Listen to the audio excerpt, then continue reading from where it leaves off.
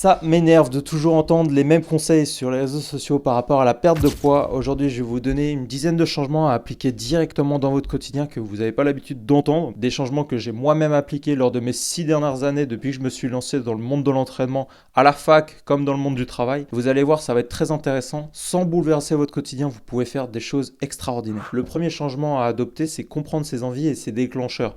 Pourquoi? Il y a quelques années, quand je faisais mes études, je rentrais le soir, j'avais tendance à manger toujours du chocolat, du fromage ou alors des gâteaux apéro. Le but, c'est de comprendre pourquoi j'ai ce comportement alimentaire à cette période bien précise dans la journée et le moduler par la suite. Est-ce que c'est un problème de stress? Est-ce que c'est un problème d'ennui? Est-ce que c'est un problème de tentation? De mon côté, moi, c'était pas l'ennui, c'était surtout le stress de la journée et puis aussi la tentation, le fait qu'il y avait déjà du chocolat sur la table ou alors des gâteaux apéro à traîner, etc.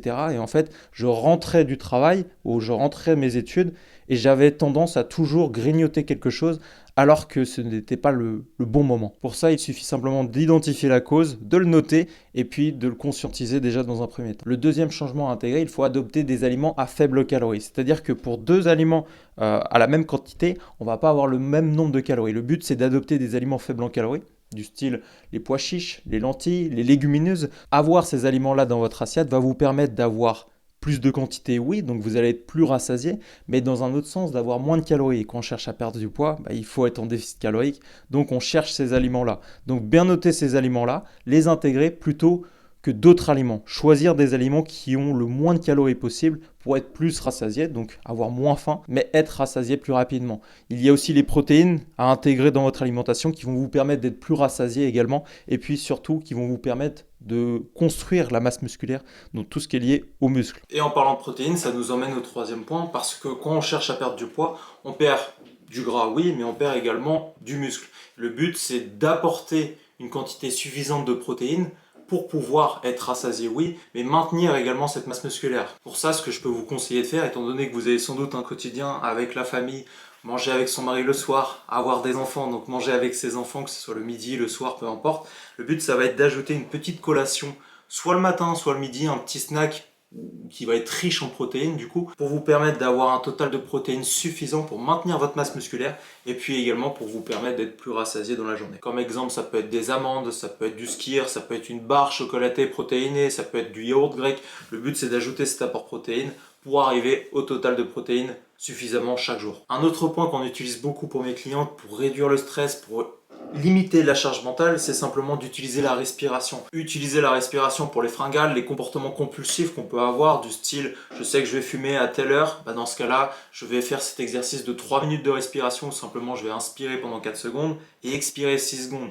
Sortir de ce cercle vicieux où on peut avoir des comportements compulsifs liés à l'alimentation, liés à l'alcool ou alors à la cigarette. Et d'ailleurs, c'est un exercice que je donne souvent aux personnes qui fument. Je leur dis simplement, ok, à chaque fois que tu as envie de fumer, tu vas essayer simplement de mettre cet exercice en place où tu vas venir inspirer et expirer juste avant de prendre ta cigarette.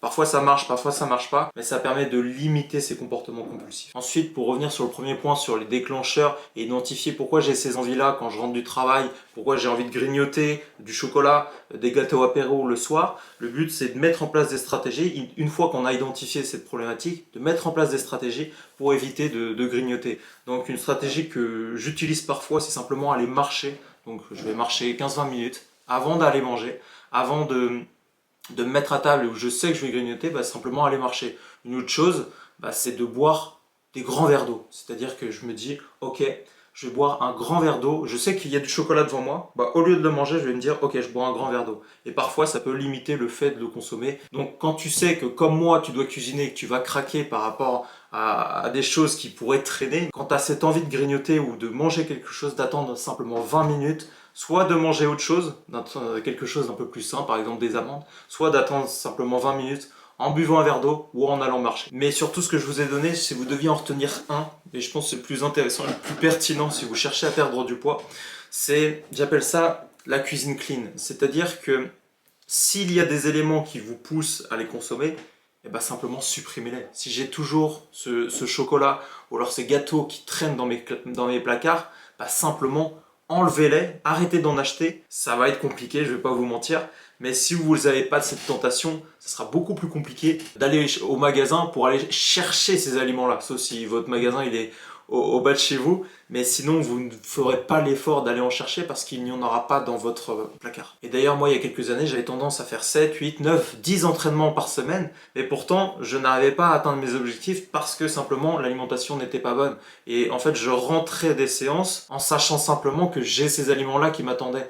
Et dès que je les ai supprimés, j'ai vu tout de suite la différence sur mes performances, que ce soit d'un point de vue santé, mais aussi mes performances physiques. Et pour terminer, je vais vous donner des conseils un peu plus aspect mental pour pouvoir aussi se projeter, conscientiser et comprendre pour pouvoir adapter par la suite. La première chose que j'ai faite quand je me suis lancé dans tout ce qui est recomposition corporelle, c'est-à-dire essayer de perdre du gras et essayer de raffermir un peu mon corps en développant certaines zones de mon corps, je me suis dit, ok, là il faut que je me visualise dans le futur. Pour ça, comment on le fait? En notant soit dans un carnet, parce qu'au moins on a l'objectif et on le retrouve quelques mois plus tard, quelques années plus tard, mais quelque chose d'encore plus pertinent, c'est simplement prendre son téléphone, de se filmer et de se dire, ok, à tel jour, c'est-à-dire que là on est le 31 mars par exemple, pour le mi-août, je veux avoir perdu 7 kilos, je veux avoir raffermi les bras, le dos, je donne toutes les zones où je souhaite être affermi, le nombre de kilos que je souhaite perdre. Et pour ça, ce que je vais faire, c'est que je vais supprimer totalement toutes les choses grasses de mon alimentation. Je vais essayer de manger végétarien le soir, peu importe.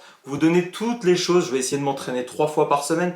Vous donnez toutes les choses dont vous allez vous tenir. Et puis, dès que ça va arriver, parce que il y a des moments où forcément la motivation va baisser, bah vous avez simplement à rallumer votre téléphone, vous regardez la vidéo que vous avez filmée et ça va vous redonner un petit peu de motivation. Vous allez me dire, ok Enzo, c'est très bien, mais comment je fais pour découper mes objectifs et atteindre mon objectif final? Simplement, vous allez mettre la stratégie des 3 objectifs, des 3 mini-objectifs par semaine. C'est-à-dire que chaque semaine, vous allez vous fixer 3 mini-objectifs. Par exemple, le soir, je dois manger que végétarien avec une petite source de protéines. Je dois rajouter une petite collation de protéines l'après-midi, ou alors je dois essayer de boire 2 litres d'eau par jour. Et en fait, en mettant chaque semaine des objectifs, ça peut être les mêmes, mais ça peut être aussi différent. Essayez de se tenir à ces objectifs-là. C'est toutes ces habitudes-là qui vont vous permettre à la fin d'atteindre vos objectifs finaux. Et le dernier conseil que je vais vous donner, c'est simplement conscientiser ce que vous mangez. Parce qu'aujourd'hui, la majorité des gens mangent devant soit leur téléphone, soit devant la télé. Et en fait, ils prennent plus le temps, le plaisir de manger. Et finalement, ils mangent, et puis à la fin, ils continuent de manger parce qu'ils n'ont pas pris le temps. Le but ici, c'est déjà éviter de manger devant des écrans et également prendre le temps de manger, savourer son repas. On dit souvent qu'il faut au minimum 20-25 minutes à chaque repas pour prendre le temps de digérer et puis vous allez avoir beaucoup plus de satiété en prenant le temps de manger. Donc vous voyez, avec ces habitudes-là, le but c'est pas de tout bouleverser dans son quotidien, c'est de trouver des habitudes qui tiennent à votre vie, à vos habitudes, à votre travail pour pouvoir avancer avec.